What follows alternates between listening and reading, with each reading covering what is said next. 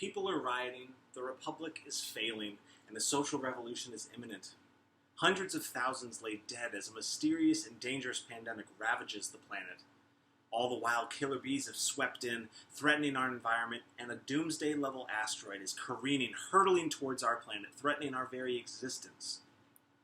These headlines of our world news today seem a lot less likely to be in reality than they would in a science fiction novel or the inside cover of a Dungeons & Dragons book. But in this strange and unprecedented time, we are facing these cataclysms. And they go beyond the end-of-the-world doomsday events, but they also are in our social environment. The battle for civil rights continues, and it's culminating at this crazy time. And in this crazy time, we need crazy, unorthodox approaches to solve these problems that have been plaguing society for too long. And we can have these problems addressed by approaching them with creativity, with critical thinking, and with teamwork. The three attributes that are most prevalent in role-playing games. And that's why I think everyone should be playing role-playing games. Now, if you're not familiar, what I'm talking about is Dungeons & Dragons, World of Warcraft, games like that involve usually being with friends, sitting around either on a headset or at a table, coming up with solutions to crazy, fanciful stories. And what you might be thinking is, Andy, how does battling orcs and demon monsters and spaceships, how does that have anything to do with the real-world problems that we face today?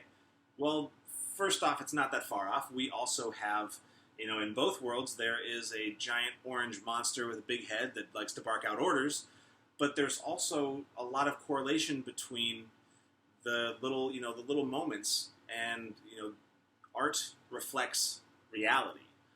And so lessons can be gleaned from these little vignettes that are found in role-playing games, and they have a direct correlation and a direct lesson to be taught in the real world.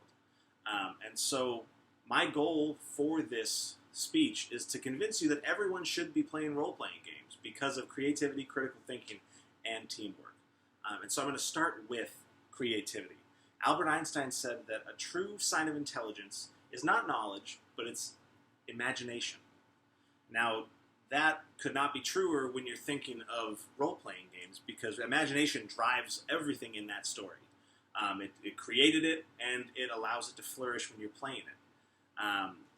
Chaville, from the Springer Nature Research Center in Switzerland, cites directly that creativity and the narrative process that's present in role-playing games is incredibly conducive and critical to furthering education in young students. Along with research that was found at Pace University, individuals who play role-playing games score better in reading, writing, and social skills. All of the time spent reading about the stories, coming up with new strategies, and spending time with people either via headset or at the table, that is critical to their success and their thriving as a human being in our world. That carries over to that critical thinking element. Studies from the University of Oregon show that if you play role-playing games, you are more socially active and you're more socially literate. You understand more complex scenarios in society because you have to deal with stories of race and inequality and end-of-the-world moments, on a session-to-session, game-to-game basis. And they're great little ways to show those moments and to tackle topics like racism that are really, really messy in real life, but to break them down to their element and to really insert empathy. And that empathy is amplified by the third element that I want to talk about, which is teamwork.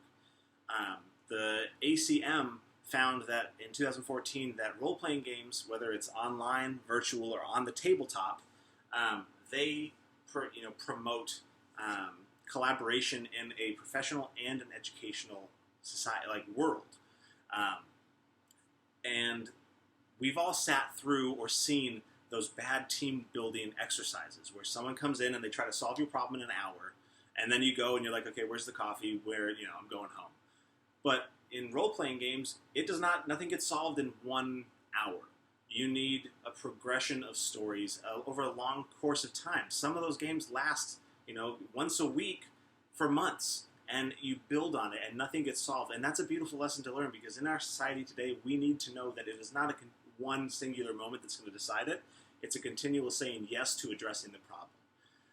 It is because of that why I believe that role-playing games are so essential, because of creativity, critical thinking, and teamwork that is so essential to them, and it is so essential to addressing our own world problems today.